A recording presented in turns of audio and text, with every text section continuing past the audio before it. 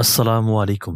Official Islamic path کے ناظرین و سامعین، السلام علیکم۔ حضرت ابو ہریرہ رضی اللہ عنہ سے روایت ہے کہ نبی کریم صلی اللہ علیہ وآلہ وسلم نے فرمایا، جب نماز کے لیے اذان دی جاتی ہے تو شیطان پاتا ہوا بڑی تیزی کے ساتھ پیٹھ موڑ کر بھاگتا ہے تاکہ اذان کی آواز نہ سن سکے، اور جب اذان ختم ہو جاتی ہے تو پھر واپس آ جاتا ہے، لیکن جو ہی تکبیر شروع ہوئی وہ پھر سے پیٹھ موڑ کر بھاگتا ہے۔